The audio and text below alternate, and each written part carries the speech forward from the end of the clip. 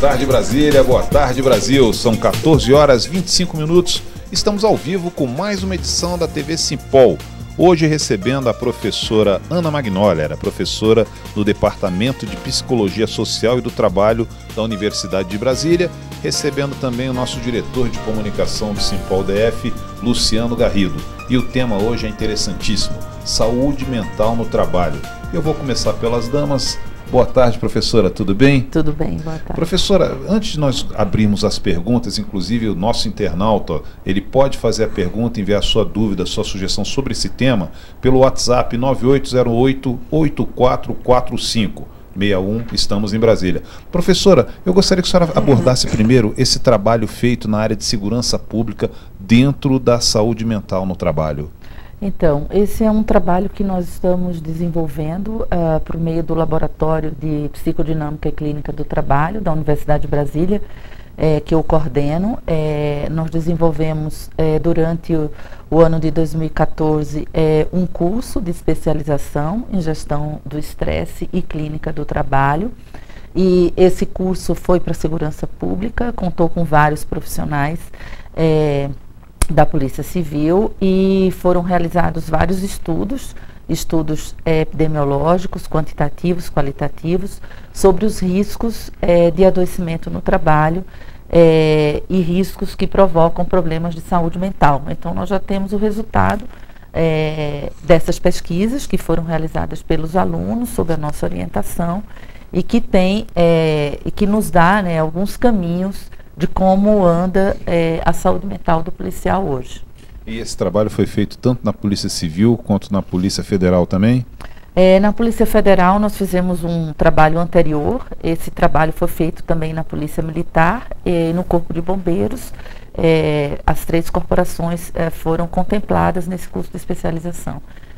Eu vou perguntar agora para o Luciano Garrido. Luciano Garrido, além de diretor do Simpol DF, diretor de comunicação, logicamente a policial civil também, até que ponto essa gestão de estresse na segurança pública é importante para vocês como policiais?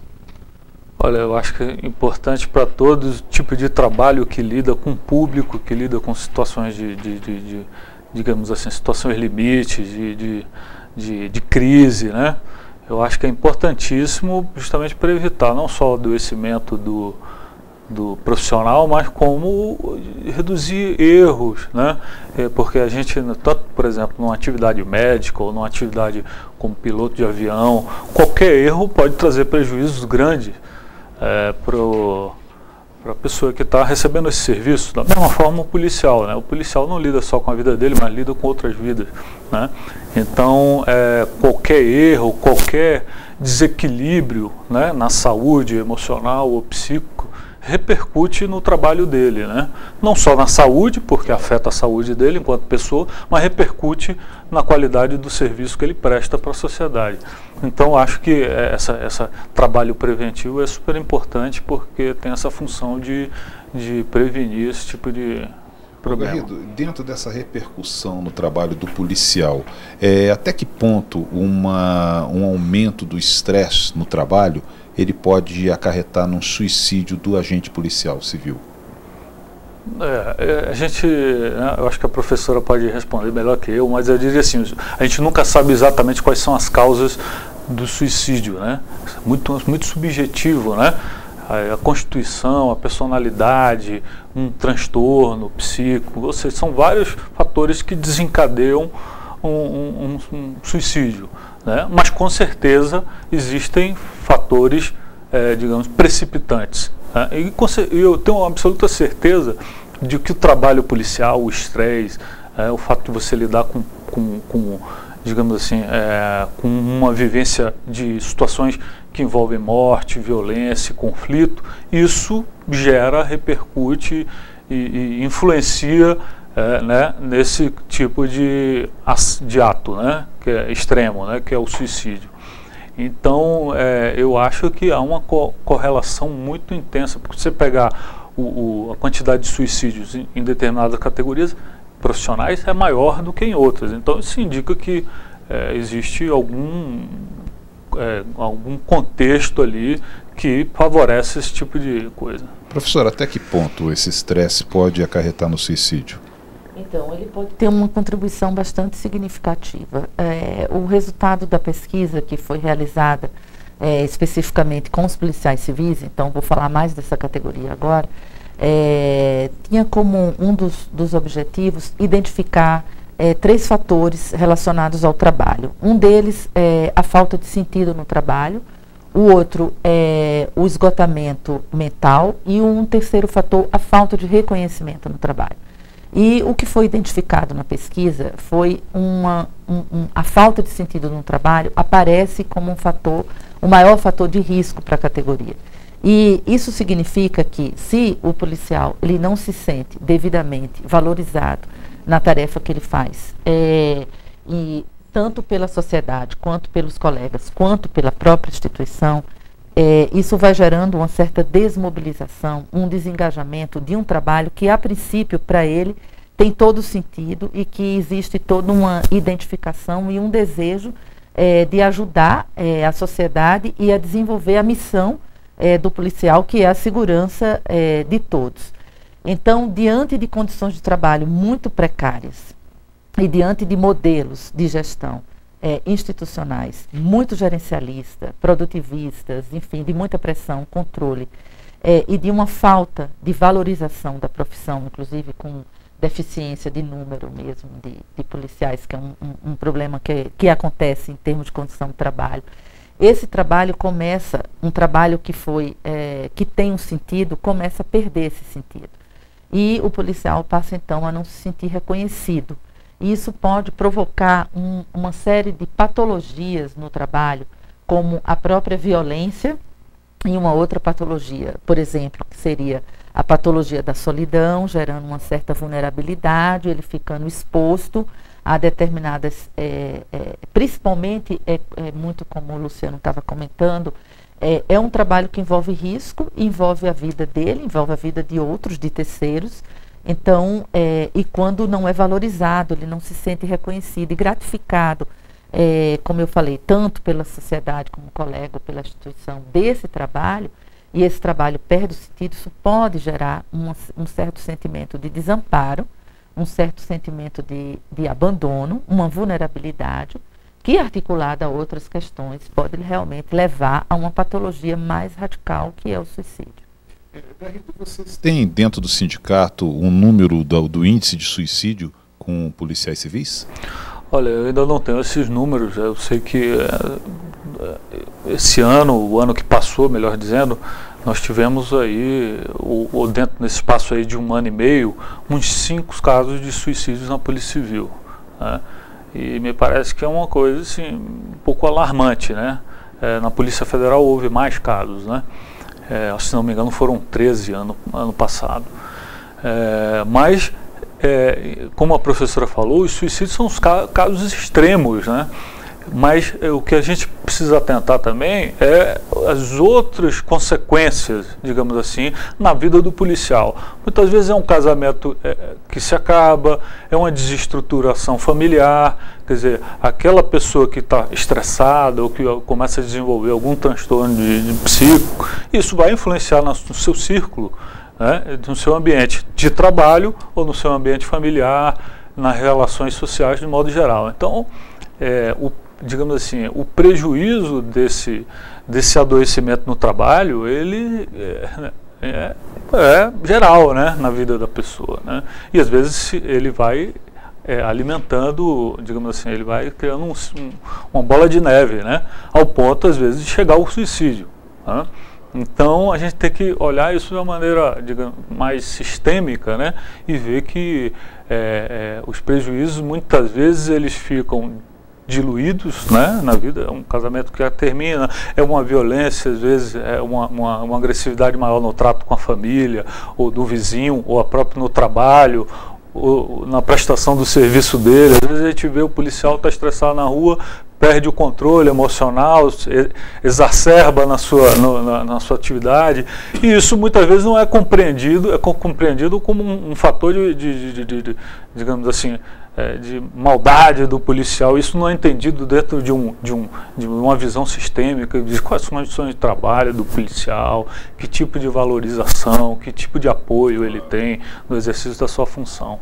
São 14 horas e 35 minutos, horário de verão, horário de Brasília. Nós estamos hoje conversando sobre saúde mental no trabalho. A nossa convidada é a professora Ana Magnólia. Ela é professora do Departamento de Psicologia Social e do Trabalho da Universidade de Brasília. Você pode enviar a sua pergunta, a sua dúvida sobre esse tema através do WhatsApp 9808-8445. Professora, chegaram algumas perguntas já. A primeira é o seguinte: o contato constante com condições adversas de trabalho, como violência, mortes e perdas, é fator de desenvolvimento de doenças psíquicas ou tais doenças dependem da estrutura da personalidade do indivíduo? Em relação aos transtornos mentais ligados ao trabalho, eles são realmente, a gente já tem bastante estudo já de muitos anos e temos identificado uma contribuição muito significativa da organização do trabalho sobre esse adoecimento. Como é que essa dinâmica ela se estabelece? Que é um elemento importante, também o Luciano comentava, que é o sofrimento que o trabalho provoca, no caso, no policial. Esse sofrimento, que é um sofrimento que pode ser mais criativo, mobilizador, mas que se transforma num sofrimento patogênico. E quando ele se transforma num sofrimento patogênico, ele vai gerar vivências de angústia, de medo e de insegurança, insegurança diante das condições precárias. Como é que eu vou agir? Que decisão eu vou tomar? Porque essas situações de violência que o Luciano comentava, elas podem de fato acontecer com os policiais estressados ou em transtornos, esgotamento mental grave. Então, a insegurança, o medo e a angústia gerada por todas essas condições de trabalho, por essa organização do trabalho, elas vão de alguma forma influenciar no desenvolvimento desses transtornos mentais. Então, alguém que pode ter uma personalidade completamente saudável, assertivo, alguém que é considerado maduro, ele pode desenvolver uma série de transtornos mentais em contato com esse ambiente que é um ambiente patogênico, um ambiente adoecedor, porque vai levar o sujeito, a gente tem, por exemplo, um conceito muito importante que é o conceito de sofrimento ético. Então, você ficar o dia inteiro ali em contato com o sofrimento do outro, com o seu próprio sofrimento, com as injustiças, e você não tem como, muitas vezes, recursos para reagir. Por quê? Porque as suas defesas individuais, elas começam a ficar muito fragilizadas.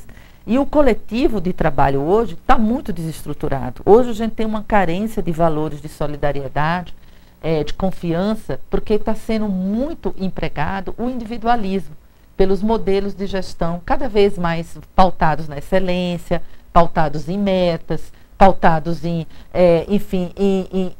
uma perfeição, num perfeccionismo, que tem transformado os trabalhadores ou em super-heróis ou em robôs, e a desumanização tem sido muito intensa. E aí as pessoas não têm o direito mais de falar, não têm um espaço para falar dos seus fracassos, dos seus medos, porque isso não é mais possível. Você tem que ser o melhor em tudo, você tem que fazer tudo, tem que aguentar todas essas pressões. Então, não há um espaço para falhar, para o fracasso, para o erro. E essa ideologia do perfeccionismo e da excelência, ela produz subjetividades, às vezes, muito narcisistas, que são, então, aquelas pessoas que vão investir completamente em si mesmo, e aí elas vão ser capazes de fazer qualquer coisa e passar por cima de qualquer um, em função em nome, não é, desses interesses pessoais que muitas vezes não é ela que tem, mas é que é exigido que ela passe a ter. Então, existe aí o que a gente chama de produção de subjetividades patogênicas e que vai produzir determinados adoecimentos e que isso não tem relação com estrutura de personalidade. Então, tem vários estudos já demonstrando isso. Não quer dizer que algumas pessoas tenham uma estrutura já com algum transtorno, enfim, mas na maior parte dos nossos estudos, esses transtornos eles são vinculados a essa organização do trabalho. Luciano Garrido, você acha que o ambiente de trabalho, ou seja, a instalação o qual o agente policial ele está trabalhando, isso acarreta de repente no aumento de estresse, principalmente no tipo de ocorrência que ele trabalha, que ele opera, ou o policial já desde do início do trabalho já é preparado para isso? Não, com certeza acarreta, né? O profissional, por mais treinado que ele seja, ele é um ser humano, né? Como a professora falou, não somos nenhum robô, nenhuma máquina, né? Então, por mais que ele esteja treinado a lidar com esse estresse, às vezes essa coisa foge do controle, né? do limite. Às vezes por conta justamente de uma sobrecarga de trabalho, de uma cobrança que é excessiva. Por exemplo, a gente vê hoje o policial muito cobrado, e eu acho que deve ser assim, em certo sentido, porque o policial é o exemplo para a sociedade de uma conduta que deve ser sempre correta. A sociedade espera que um juiz tenha uma conduta correta, um político, um professor, um policial. Isso é normal, né? No entanto, o que a gente vê, por exemplo, por parte às vezes da própria mídia e da opinião pública, é uma posição de sempre condenar o trabalho policial. Nunca há uma valorização dos acertos, mas sempre uma superdimensionamento dos erros, né? E o que é pior, esses erros são sempre colocados como um problema individual, quer dizer, que errou, claro, existe o erro em razão de uma conduta que foi mal feita, foi uma decisão mal tomada do policial, etc. Mas existem erros que são produtos de problemas que são coletivos, da instituição, né, da situação que vive o policial. Às vezes que ele é mal treinado, às vezes que por falta de efetivo ele não tem o treinamento, não tem um acompanhamento médico, psicológico constante, como deveria ser feito, preventivo, né? Então existe uma série de fatores, né, no desenvolvimento do trabalho dele que também colabora para esses erros, também colabora para esses, digamos assim, essa má prestação do serviço e que não são contemplados, né, muitas vezes pela administração. Então acaba, muitos problemas que a gente vê às vezes disciplinares são problemas que são de saúde, né? Você vê policiais às vezes sendo automedicados, policiais que recorrem, por exemplo, às vezes ao abuso do álcool, porque vive uma angústia, vive um sofrimento, e o álcool passa a ser uma válvula de escape, e muitas vezes o álcool precipita ele em comportamentos desviantes. Então há toda uma conjuntura que precisa ser analisada e não simplesmente jogar a corregedoria em cima do policial e para puni-lo. Claro, deve ser feito isso, mas vamos olhar também sobre a perspectiva macro, né? Professora, pessoas com transtornos mentais severos, elas não são capazes de trabalhar com eficácia? Não, isso não é verdade. Quer dizer, até pode, hoje tem muitas formas já de tratamento, de medicalização para os transtornos mentais. Então isso ajuda a pessoa a se manter de alguma maneira. O que ela precisa é ser acompanhada.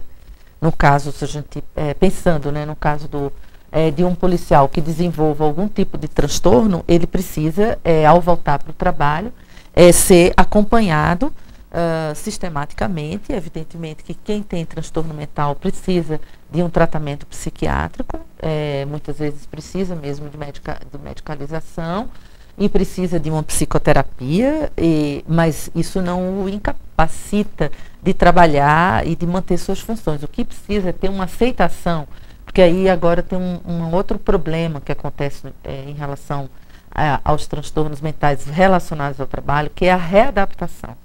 Então, esse é um problema muito grave. Como é que está sendo feita essa readaptação das pessoas que, por exemplo, viveram uma situação de estresse pós-traumático, participaram, enfim, de algum tipo de assalto, de sequestro, e que se eles estavam envolvidos e que colegas estavam envolvidos, isso desenvolveu, a partir daí, um estresse pós-traumático, uma síndrome de pânico, uma fobia ou uma depressão, ou mesmo um problema de alcoolização em função do trabalho. O que é que está sendo feito por esse policial, do ponto de vista institucional? Quer dizer, é simplesmente demitir o sujeito, porque na hora que ele entra na instituição, a instituição é responsável por ele. E aí ele desenvolve uma doença, ou desenvolve um tipo de estresse pós-traumático relacionado à situação de violência extrema. E ele vai ser o quê? Ser como um resíduo, como uma coisa, ser demitido, ser jogado, ficar numa sala, num subsolo. Como é feita essa readaptação dentro da Polícia Civil? Eu não sei, porque eu não acompanhei nenhum caso assim, né? Eu não tenho acompanhado Mas em princípio a reclamação é sempre de uma falta de assistência, né, de um amparo, até mesmo porque existe a questão cultural dentro da organização, né? Na polícia ainda tem aquele resquício, o policial tem que ser o super-homem, né? Existe essa cobrança, quer dizer, o policial ter problema psicológico sociedade de modo geral, né? A pessoa acha que vai procurar um profissional de psicologia é porque está maluco, né? Na verdade, existe então ainda uma preconcepção a respeito desse tipo de coisa que deixa, às vezes, o policial suscetível a esses problemas, né? Então, precisa mudar digamos, a cultura organizacional e criar um ambiente de amparo a esse policial, que muitas vezes ele não procura ajuda diretamente, mas determinados comportamentos dele indicam que ele está precisando de assistência. Que tem essa questão. Então, precisa de profissionais que estejam atentos e que façam avaliações periódicas, às vezes com policiais, para detectar esse tipo de problema. Professora, existe dentro desse trabalho que a senhora fez, a senhora coordenou e monitorou nas polícias civil e militar, polícia civil e federal, existe dentro desse grupo a psicofobia? Esse preconceito contra quem tem algum transtorno mental? Por exemplo, dentro do setor de trabalho de uma delegacia X, se os colegas sabem que, como o Garrido acabou de citar, que o outro tem um transtorno mental, seja ele severo, seja ele leve, existe essa psicofobia, esse preconceito dentro do grupo de trabalho? Sim, existe muito preconceito. Muitas vezes o policial, não só o policial, os trabalhadores de uma forma geral, recebem muito preconceito, às vezes são excluídos quando eles adoecem. Então, hoje a gente tem um fenômeno que é o presenteísmo. O presenteísmo é um fenômeno em que as pessoas estão doentes, mas elas vão trabalhar doentes, porque elas não têm serviço privado, então, né, imaginam como é que é isso, né? Mas as pessoas vão trabalhar doentes porque elas não têm como, se elas solicitam um atestado, elas podem ser mal vistas pelos colegas e também elas podem receber uma pressão. E o pior, elas se sentem pressionadas. Eu não vou querer, não é querer interromper, mas já interrompendo, Sim. porque tem uma pergunta que é dentro dessa resposta, que aproveita a senhora completa. Trabalhar piora o quadro de alguém com transtornos mentais? Não. Existe, inclusive, quer dizer, não, estou assim, sendo tão taxativa, eu não sou médica, né, sou psicóloga, mas, a princípio, se houver um bom programa de reabilitação, ou mesmo alguém que tenha um transtorno mental, tem um seguinte pressuposto importante para eu colocar. O trabalho, ele adoece e ele cura. Então, através do trabalho, qualquer ser humano, qualquer sujeito, ele pode adoecer e ele pode se curar. Então, a gente sabe que existem trabalhos de terapia ocupacional, por exemplo, e várias formas de trabalho para quem está em situação de vulnerabilidade ou excluídos da sociedade, enfim, é através do trabalho que é possível se resgatar esse ser humano, esse sujeito. Por quê? Porque o trabalho ele tem uma centralidade psíquica, hoje ele está sendo deslocado para uma centralidade instrumental e econômica, mas ele tem uma centralidade psíquica, ele é estruturante de uma rotina, ele traz identidade, realização, o sentimento de utilidade. Isso é importante para a estruturação psíquica. Então, quando uma pessoa ela tem um transtorno mental e o trabalho tem um ambiente que é cooperativo, acolhedor, ela pode se curar e se transformar a partir do trabalho, assim como alguém absolutamente saudável pode passar a ficar doente pelo trabalho.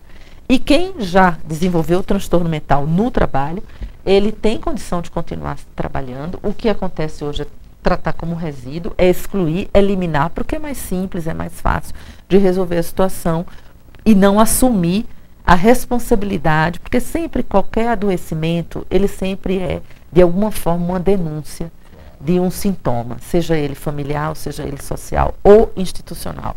Então, o adoecimento é uma forma de mostrar que aquela instituição não está bem, porque se a instituição estivesse bem e todos os policiais estivessem bem, em condições de trabalho excelentes, com ótima organização de trabalho, valorizados, a gente nem estaria fazendo esse programa, talvez, aqui. Porque não ia precisar falar de índices de adoecimento nem de saúde mental, porque todos estariam muito bem. Deus. São 14h49, horário de verão, horário de Brasília. Nós vamos fazer um breve intervalo comercial. Aproveite e mande a sua dúvida sobre saúde mental no trabalho. Quem está aqui conosco é a professora Ana Magnólia. Ela é professora do Departamento de Psicologia Social e do Trabalho da Universidade de Brasília. O número está aparecendo aí na sua tela, 9808-8445. Passe aí seu WhatsApp para a gente. Rapidinho voltaremos. Segue TV Simpol.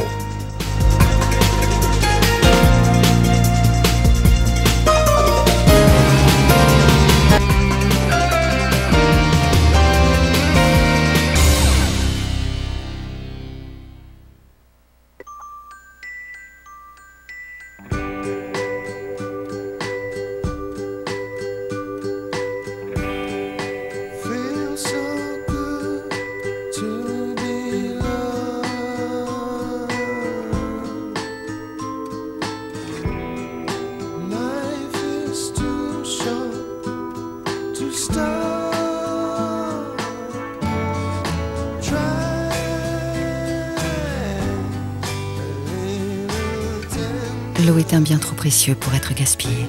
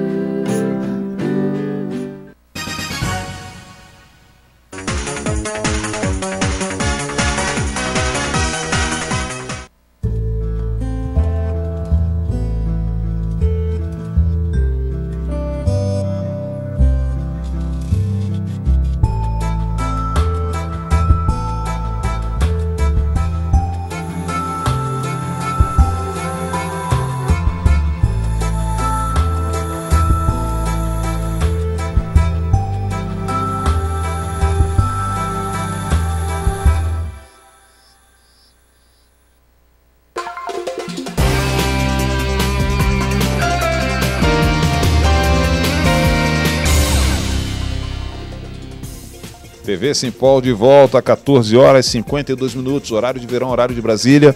O nosso tema de hoje é a saúde mental no trabalho. Quem está aqui conosco, Ana Magnólia, professora do Departamento de Psicologia Social e do Trabalho da Universidade de Brasília, e também o nosso diretor de comunicação, Luciano Garrido.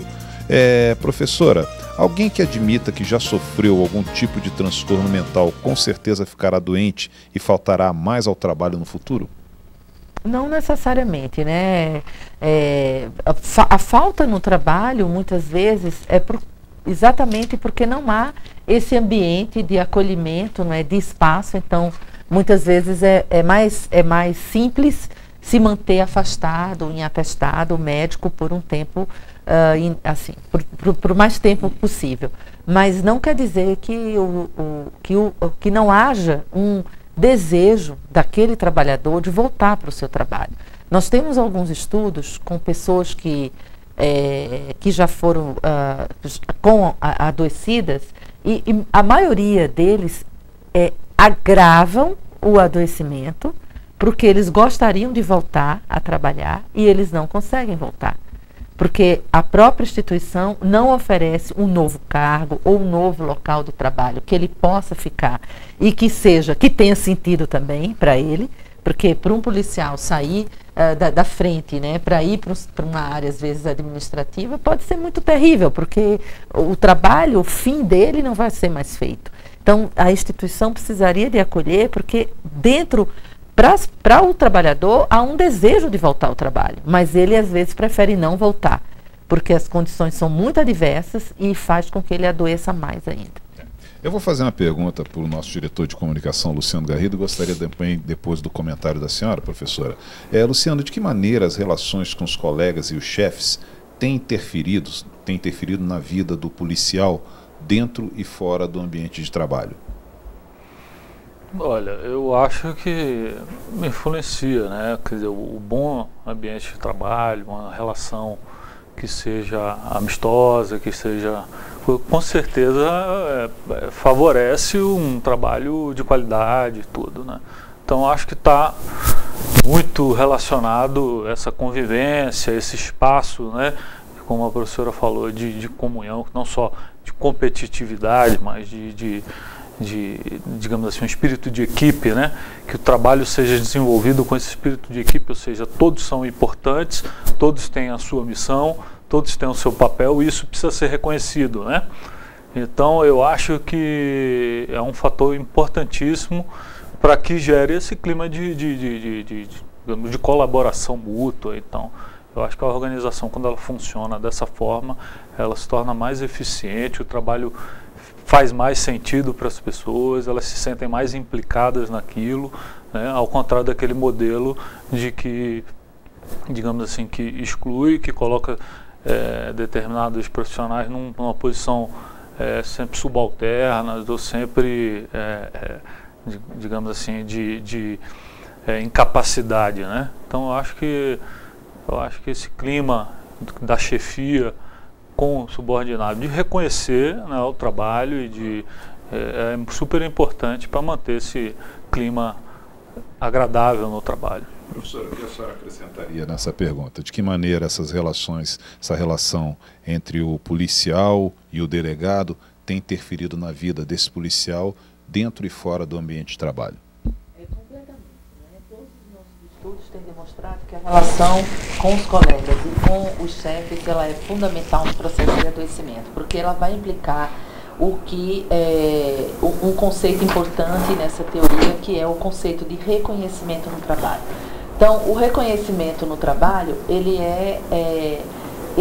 pode ser estabelecido de duas maneiras. É o reconhecimento da utilidade do trabalho, que é o reconhecimento que é dado pelas chefias, de dizer que o seu trabalho é útil, que você contribuiu, porque não é possível que as pessoas não tenham nada a contribuir.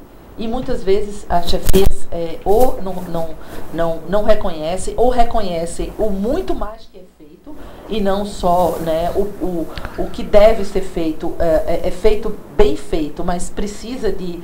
É aquela velha frase que você não fez mais que a sua obrigação. Essa é uma frase terrível para qualquer pessoa, para qualquer trabalhador, porque mostra que não há um reconhecimento da sua contribuição.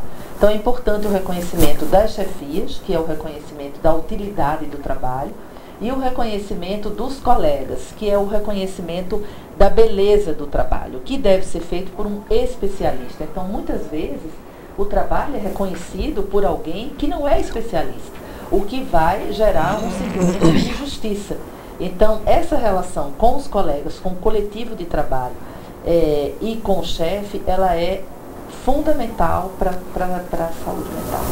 Ok, são 14 horas e 58 minutos, quase 15 horas, nós estamos chegando ao finalzinho do nosso programa. Garrido, as suas considerações finais sobre esse tema apresentado no dia de hoje. Eu acabo de receber aqui uma mensagem, né, da Policlínica, falando que, para informar que a PCDF possui profissionais na área de saúde mental e assistência social que atualmente trabalham com readaptação e tratamento dos policiais. É verdade, né? O que nós estamos realmente possui. A gente precisa saber se isso alcança o universo e de alguma forma esse trabalho está atingindo o policial mesmo, porque é aquilo que eu falei, né?